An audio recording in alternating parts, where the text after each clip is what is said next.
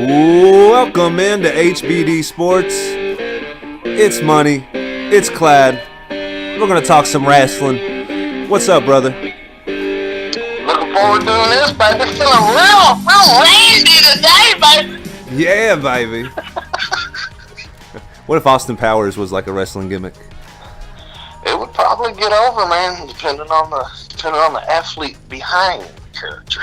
I love some of the little silly gimmicks, man. Like Breezango. I don't know why, man. I love the Fashion Police. It's something. Maybe it's like the inner child in me or something. But the Fashion Police could have been tag team champions. Was over, man. Yeah, they could have. I enjoyed their skits. Yeah, I would have loved seeing them just run with the belts for a while, even though I know it's not really feasible. But anytime I seen them, like we seen them a couple times live, and the crowd loved them.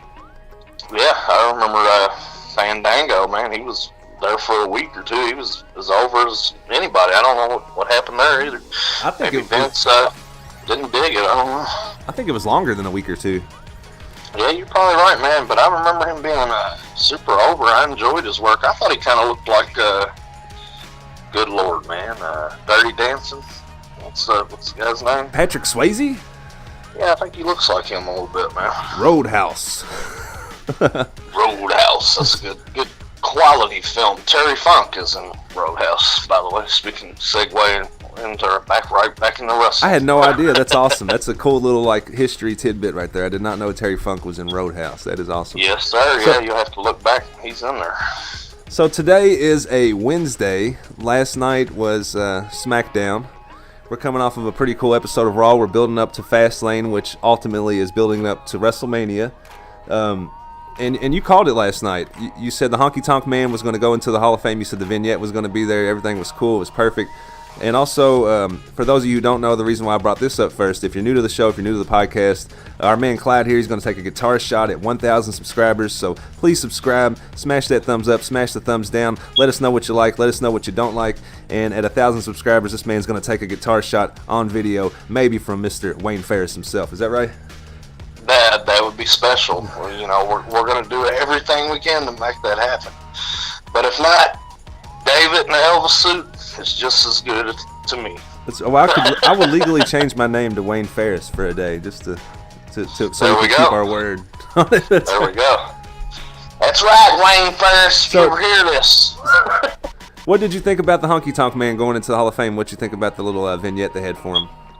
Well, if I'd been 10 years old, I'd probably kick TV. But being, the age that I am, I understand he was doing his job. I was supposed to hate him, and my wife, man, she loves him. He's in her top 5, so I was more happy for her than myself, Yeah, I thought it was pretty cool. Greatest Intercontinental champ. What do you say? Greatest Intercontinental Heavyweight Champion of all time. That's of all time, baby. It's me and the Colonel. Yeah, he was something else, man. He was a great villain. I remember when he hit Macho Man with the guitar in particular, I got so mad that I woke my mom up, and she threatened me with violence. But anyway. He was such a charismatic villain, though, and your mom probably would have smashed. I bet she had a guitar or two laying around the house, knowing your mom. She might have smashed one over your head. Yeah, she I remember actually saying something about, you wake me up one more time, I'm going to smash you with a guitar. I believe it. I could believe that coming. Yeah, absolutely. So right away, though, the SmackDown kicked off with Daniel Bryan in the ring, and Kofi came down, and we thought it was going to be like the contract signing, really the biggest moment of Kofi's career. We thought it was going to be, but all that kind of got interrupted, didn't it? Yeah. I kind of see where they're going. I hope, man. A lot of my friends last night, they were very, very upset, and I tried to reassure. I hope I'm right, because I was trying to reassure. I think they're using this to get Kofi even more over, because Vince is like the ultimate heel, man. It's this old Stone Cold thing. Who don't want to punch their boss in the mouth, I think they're just using this to make Kofi Mania even bigger. I think you said it perfect, brother. I really do think that what they're doing is they're building up for this Kofi at WrestleMania match with Daniel Bryan. That's just my best guess at it. And Dave Meltzer kind of thinks the same thing. I don't know if you've heard this. Dave Meltzer recently speculated on the Wrestling Observer that he believes that WWE has taken Kingston out of the match at Fastlane because he could instead be set for a much bigger match at WrestleMania, just like you kind of was saying right there. I really hope it's true, man. I'm a huge fan of Kofi Kingston. Listeners, we do have the Kofi Kingston Club. It's a small group on Facebook that's growing, but you can also find our podcast through there. Huge fan of Kofi, man. I think he should have had it a long time ago, but now would be okay. Also with me, I just want to see him get a couple. I think he deserves a few title runs. So I guess they replaced him with KO. I think Kofi definitely deserves a huge title run. I think, I mean, you heard the crowd. I haven't heard the crowd that hot. The last few weeks, the crowd is just so hot, and it's been cool to see. I think everyone likes to see this kind of fresh angle that the WWE's taken, and they're pushing guys like Kofi, who the fans have loved for years. And now that KO's back, it's just going to be even more interesting because, man, that guy looks good. He looked maybe the best I'd ever seen him look last night. Yeah, we are on the road to WrestleMania. What you think about KO though? How'd you think he was looking last night? Man, I tell you what, I got some weight issues that I need to get in order, and I seen Kevin Owens. You got what the doctors like to call a little bit of a weight problem. Yeah, just a in a van down by the river and all that, brother. But when I seen Kevin Owens, I felt good for him. I'm a fan of him too, man. I really like him. I dig, that Owen Hart's his hero, and the tag got his name. And you know about my Hart Foundation. I'm super marked for those guys. But I really enjoy Kevin Owens. His new tattoo looked nice too, man. Yeah, Owens was looking good last night, and I really think Vince evidently loves KO. I mean, it's just becoming more obvious by the day here because, like, a while back he took a vicious bump from KO. I guess you remember that too. And he's not going to. Oh yeah. I don't think Vince is just going to take a bump from anybody like that. No, he's got a lot of respect. KO's one of them guys that all he ever wanted to be was a wrestler, man. And so the heart is there with him. He's one of my favorite wrestlers. That's what my son tells all his little wrestling friends. He's like, my dad's favorite wrestler is Kevin Owens, and I don't argue with him. I love KO, Yeah, I'm with you, buddy. I'm looking forward to Sammy and him. I love when they're together. I would like to see them two get a chance to be baby faces because these dudes got natural charisma from being, best friends in real life. Let's play it out for the world to see. Absolutely, I think it would be perfect. And speaking of that angle there, is KO the face in this match? And I guess you don't always necessarily need a face and a heel in every match, but would KO kind of be the face in this match with Daniel Bryan? It really feels like it because he was very sympathetic towards Kofi last night. And, hopefully we're going to, we've seen the heel Kevin Owens. I would like to see what he's got as a face, man. I think he could be huge as a baby face. KO is so good at playing angles. He's so good at getting the crowd involved emotionally. He's a student. He's a student of the game, man. Really if he wants you to love him, you will love him. If he wants you to hate him, you will hate him. Even though I love KO, my son was booing him at the time he was here at SmackDown here in Louisville. He was wrestling Gary from Louisville, and my son was like, Gary, booing him. He was just generating. It's so funny. You watch a 10-year-old kid and like, man, KO just had him like putting in his hands. You know what I mean? Like it was just cool. It was really cool to watch. It was like entertaining. That time, Jake the Snake at Jake the Snake's Hall of Fame speech, he said, "We masturbate people's emotions." That's funny. Well said. And only a freak like Jake would say it that way. But it's brilliantly. It's like it's true though, So it's brilliant in its own way. It's true. Yeah. Kevin Owens is a special. We could do a whole show on him, man. Oh, definitely. We could. Very soon. We could do a whole show on the just like the events leading through the Jericho and like Kevin Owens angle there, like just week by week, just talking about how that. Oh yeah, the festival of friendship. Just break it down week by week, leading up to that. Exactly. Just lead up to that. I mean, that's a 40-minute show right there, dude. That was a beautiful angle. Oh, and for any of you action figure collectors, I'm sure some of those guys listen to this.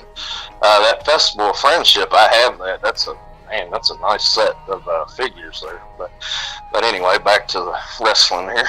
Yeah, back to the wrestling. Yeah, KO was actually on Twitter yesterday, and he was tweeting out that at Steve Austin, back in 2017, him and Steve Austin was kind of going back and forth about doing the stunner, and Austin told KO to put some stank on it or something like that. And just yesterday, KO tweeted back at Steve Austin and said, "Hey Austin, I finally figured it out." So I guess we're gonna see some more stunners from KO, or he used the stunner last night for his finish. So I mean, it's set in stone. It's like that's what he's going to use. Hey, I'm cool for it. I love the move, and I know him and Austin have a great relationship. Austin, I think, appreciates how much that his love and passion. The guy, he was just a fan that lived out his dream. It's a great story. Yeah, absolutely. So, then R-Truth came out, and there was it was like this is a 3-way match, right? It ended up being a 3-way match, right? Yeah, did you hear the part where he said that John Cena was his hero? Yeah, I did, but I think, and like, let's get our fact checker on that. I'm the only one in the office today, so I guess I'll have to check that. But I tell you what, we run on a bare bones staff around here. But let's get the fact checker on that. I think R-Truth is older than John Cena, if I'm not mistaken. I think you're correct, and if he's not, they're right too close. But I want to say Truth is a little bit older than old Cena. That's what really made it funny. But R-Truth, man, he's comic gold. That's another wrestler that deserves more than what he gets. I'm glad that he's United States champion, but this, if he keeps doing this open challenge every week, man, that could be really interesting. We could bring in some, I'm always hoping for Carlito, but you never know. So, do you think? How old do you think R-Truth is? I want to say he might be close to 50, man. I'm not for sure. He's in phenomenal shape. He's 47 years old. 47. R-Truth is 47. Yeah. So how did a young R-Truth, who is now 47 years old, grow up watching a 41-year-old John Cena? That's the only thing I like. Other than that, and I even like the 7-second dance break. Sure, why not? But like, I just want to get this. Like, does he have like a time machine or something? Like, what's he doing? He's wild, man. He's. I want to know what happened to little Jimmy. I'm a little concerned about that. I do love R-Truth though. I love charismatic wrestlers. There's something about him. Like KO just has that charisma that speaks to you. R-Truth always has the ability to get the interest of the crowd. I just love that. I met R-Truth, man, at a cricket store for autograph. And let me cut you off. I don't even know anything about this story, and I want to hear the story. I bet you he was one of the nicest people you ever met. Now go ahead. Man, he was one of the nicest people I've ever met. I'm coming for you now, Dave. No, I'm not saying that because you say that about every wrestler. I'm not. And if you want some, brother, you know where I live. We can take it live. So no, but I wasn't saying that because I know that you was going to say that. Like I wasn't thinking you say that about every wrestler you meet. He just seems like a genuinely nice person to me. Yeah, he really is, man. Like I said, I got to meet him, and he would rank in my top 3 for friendliness, man. Of all the guys I've met, he was really huge smile, and he seemed genuine, like he really enjoyed meeting his fans, and he enjoyed what he was doing. Some of them, man, that I've met, it's like they're clocking in and out or something. And so yeah, he seems like a real person, like you said, a genuine person, and that's cool. I appreciate that more out of any athlete. Like growing up, I was such a huge Michael Jordan fan, and this is nothing against Michael. It doesn't take far. You can just search the web and find it. Michael Jordan is one of the biggest assholes in the world. He just is. And I've heard some things like that. And that's just the way he is. And I still love Michael Jordan. I still wear his shoes. I'm a huge Jordan. I'm a Jordan mark, I guess you would say. But like now I that got some Jordans too.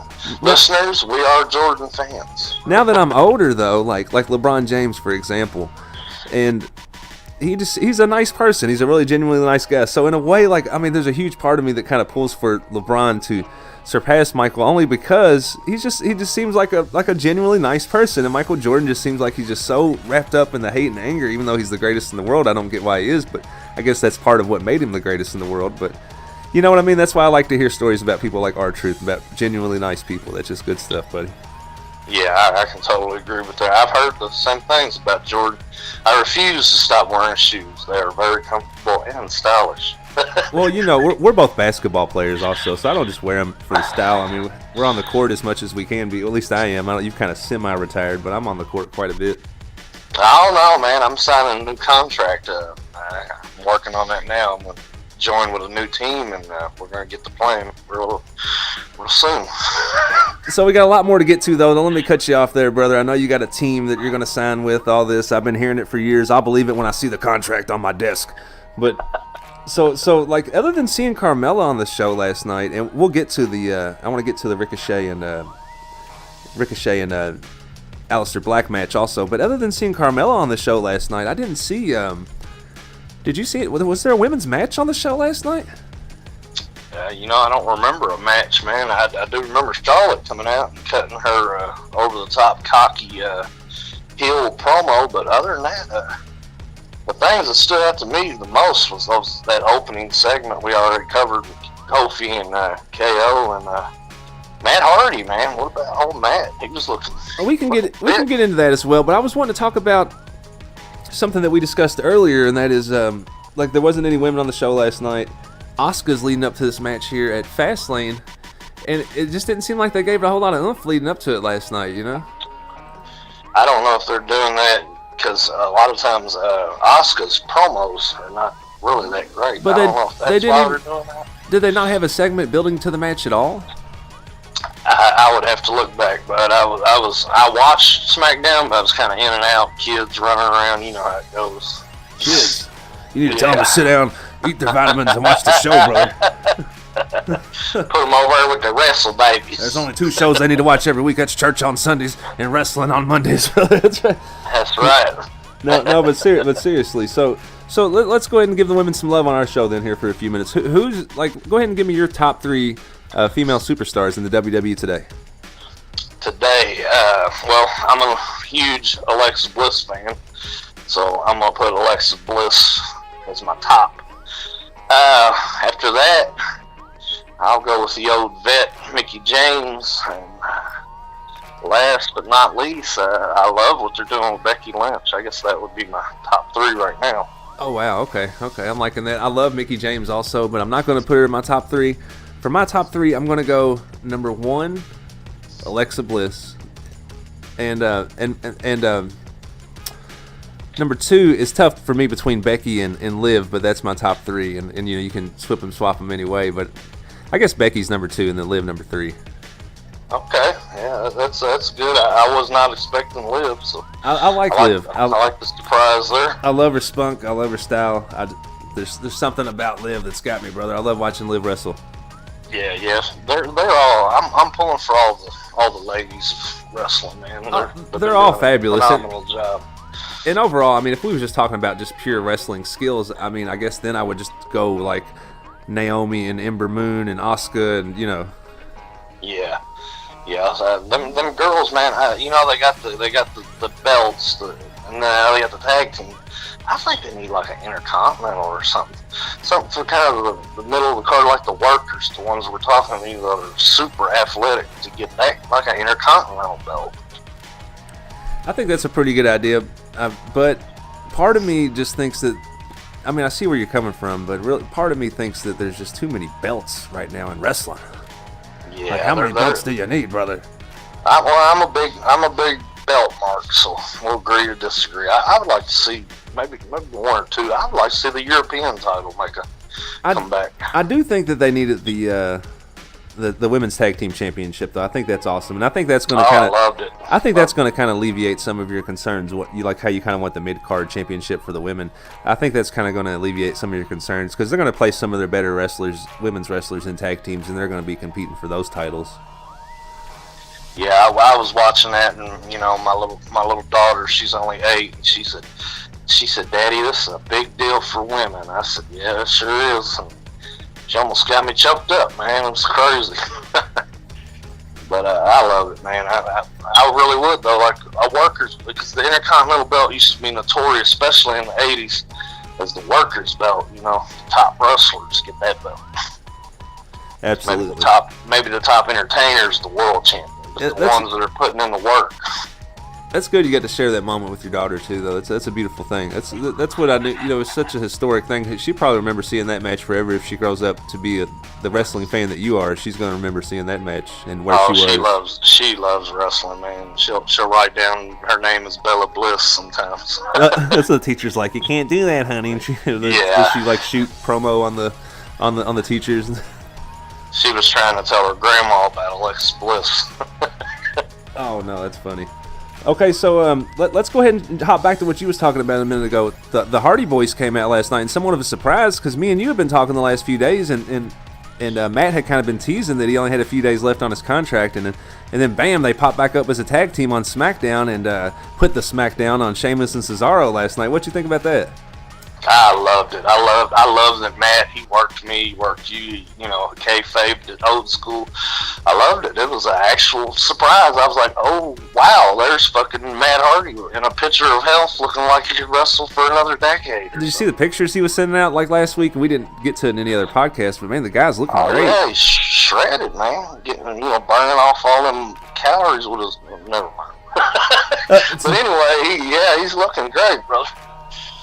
Yeah, that was cool to see. What do you think is going to happen? Is Hardy really leaving? I don't think he is at this point. He looks like why would he go get in that kind of shape if he's leaving? It looks like he's getting ready to do some kind of like tag team run with his brother.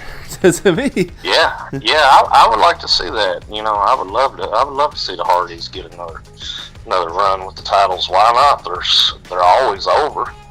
Their merchandise sales, those guys are big-time players, man.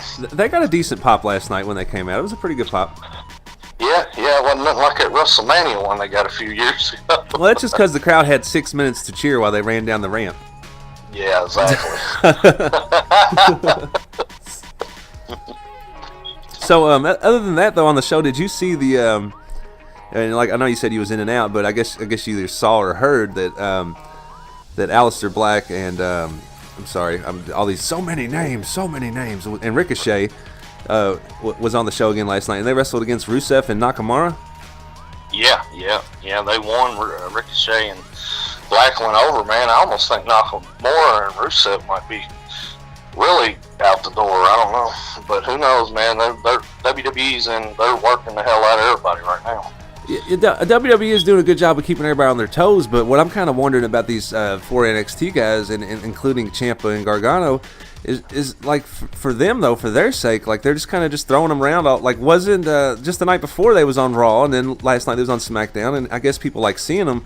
But what's the angle? Like what they don't have any storyline building up to this. They should kind of insert them in a way that's better for everybody. Do you know what I mean? Yeah, I think right now they're just kind of getting the viewers kind of used to them and telling the stories, like Paducah, Kentucky, Ricochet, all your dreams can come true and all this. Trying to just get the audience familiar with the guys, because I noticed when they come out, we're getting a lot of backstory on both of them, which is great, because, people might not watch NXT. These guys are new to them. We need to get comfortable with them before they really start to put a rocket strap on. I think both of those guys could be champion. Speaking of NXT, when does NXT's weekly television series start?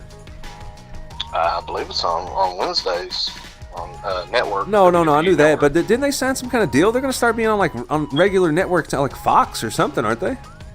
Oh wow, no, I didn't know that. I'll have to look into that. I hope so. I love NXT. Well, I'll tell you what, there for a while they were the best show. You keep talking for a minute, and I'm going to look it up here. Okay. Yeah, anybody that is listening and hasn't given NXT a chance, it is a great alternative.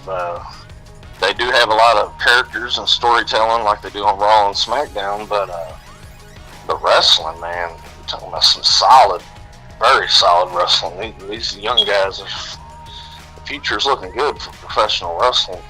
I love the shows on NXT, and oftentimes, and I'm sure a lot of fans out there agree with this, I mean, at least from the consensus that I see, like on Twitter and Instagram, Facebook, all that stuff, the NXT TakeOver shows can outdo the WWE counterparts the following night. Like, it gives them guys a whole lot to live up to, and also considering that the moves and stuff they can do in NXT, they can be a lot more riskier and edgier with their programming, and that gives them such an advantage over the WWE in the first place.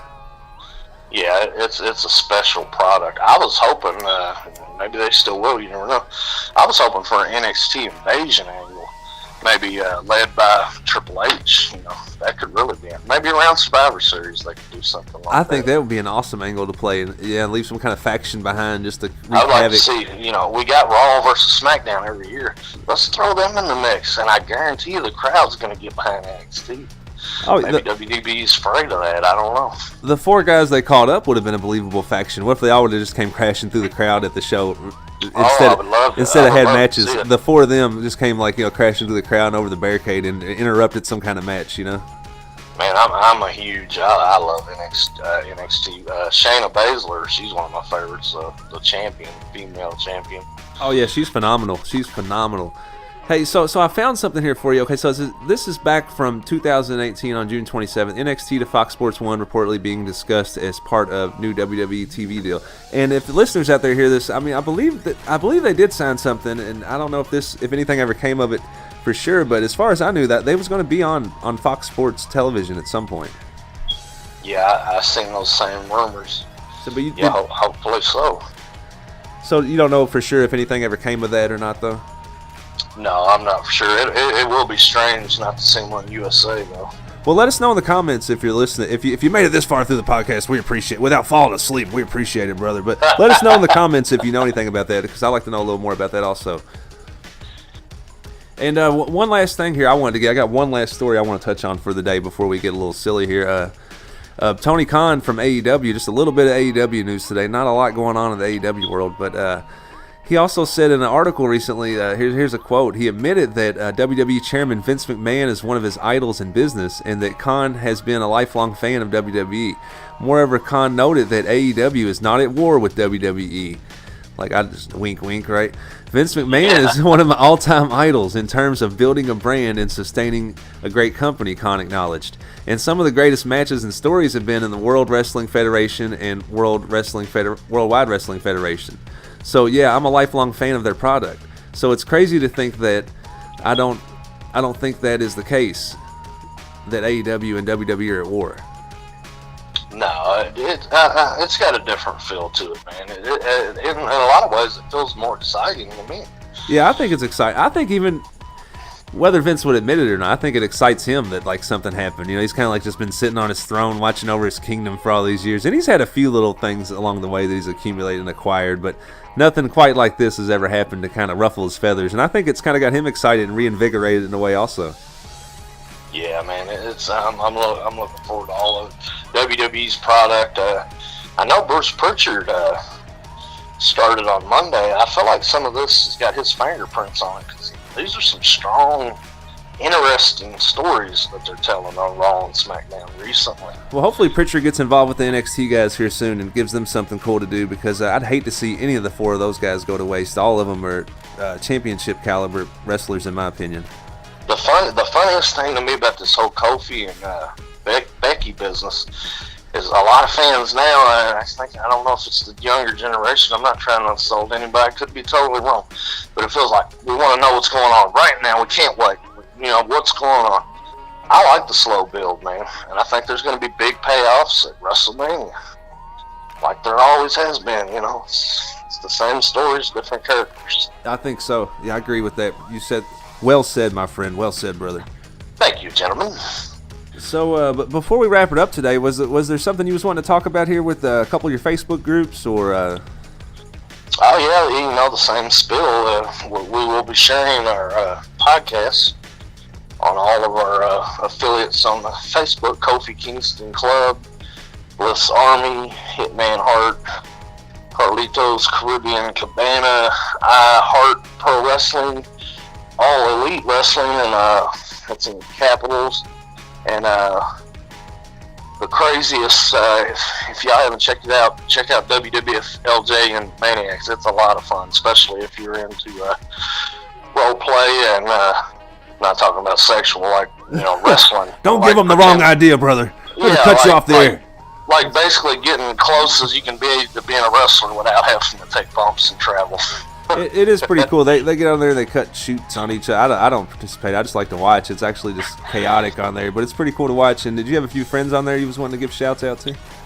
Yeah, Emmanuel Register. He's a good guy on there. Mr. Washington, Delonte Washington, Nivlin, and the creative genius behind the WWF Maniacs, Mr. Ronnie James. That's right. Yeah, Ronnie's wanting to come on the show. A lot of fun. I would love to have Ronnie on the show, man. It'd be great.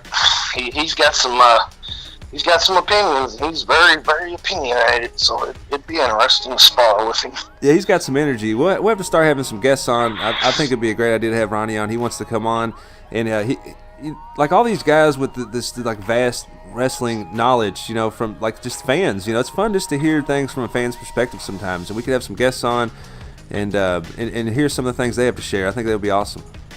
Yeah, that Ronnie, man, he's like an encyclopedia. He's like us, man. He's got the passion and the love for professional wrestling. Yeah, I have to put the phone or whatever we decide what kind of device we can get him on the show with. I have to keep it like 6 feet back from the mic, and we'll still pick him up perfectly. That's how it works. Yeah, he is a boisterous man. Yeah, that's awesome though. He's got great energy, man. He's gonna bring something cool to the show. I think it'd be a good idea. So maybe on Sunday you can come over in studio and we can get him on the horn and we can get him on the show and just see what happens. Make some magic, baby. Yeah, sounds good to me, brother. Yeah, so we appreciate you guys joining us today, as always. Thank you so much. If you like us, put us over. If you don't like us, let us know. We'll do a job for you on your show. That's the way we roll right here. This is the People's Podcast. Give us a chance. Give us a listen. Thumbs up, subscribe, all that good stuff. And remember, at 1,000 subscribers, this man right here, Clyde, he's going to take a guitar shot on video just for you guys. And you never know when it's going to happen. We might catch him coming out of your local Bob Evans. You never know when it's going to happen, baby. So thanks for listening. We'll catch you guys soon with some more awesome content.